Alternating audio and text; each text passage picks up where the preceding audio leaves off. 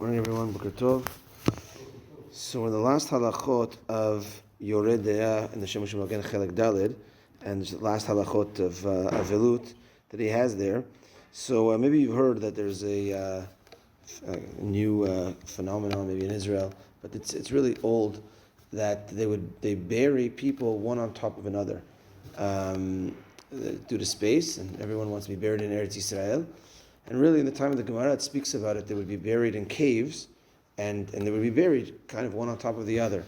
So we know that we have to go, you have to go back to the earth. So how does that work with one on top of the other?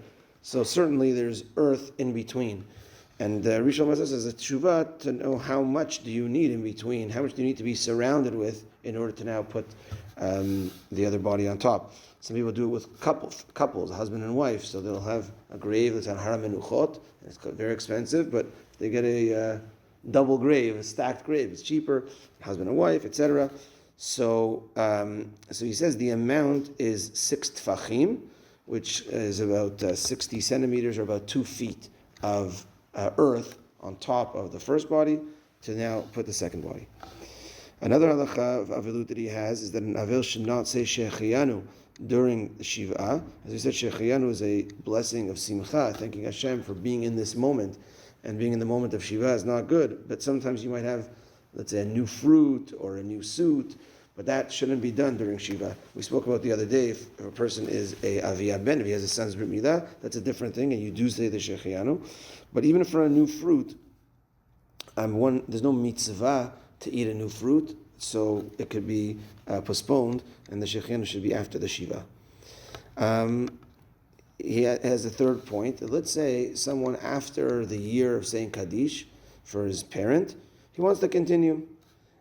Can a person continue saying Kaddish? So Rishon Masas says yes, a person can continue if he wants to. There's no obligation. And he says, I've seen people for 30 years saying Kaddish. Right? He says, Hanach lahem le'Yisrael. Let Bnei Israel do their thing if they feel that that's connecting them more, etc. It is okay.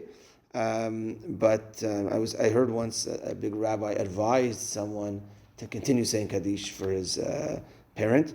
But it seems like the reason not because the parent needs more Kaddishes, but because he wanted the son to continue going to shul, to this person to continue going to shul.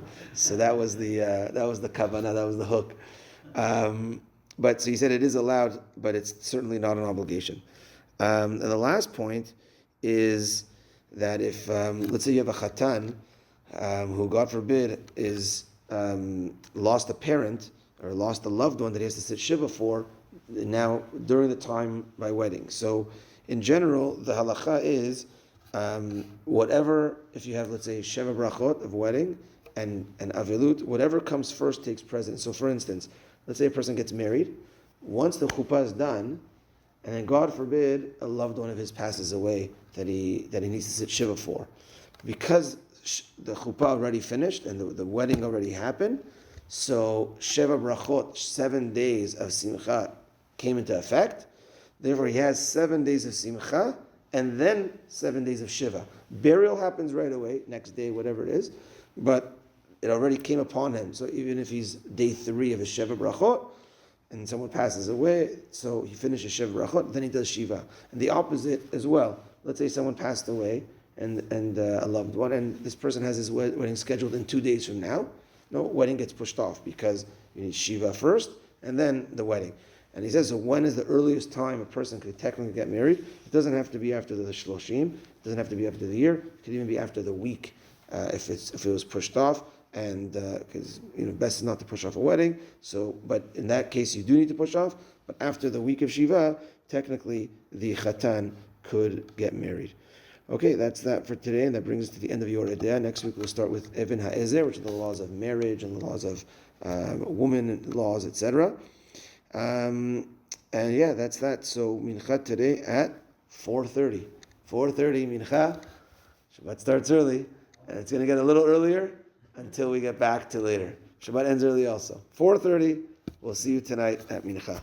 Shabbat shalom. Have a good day.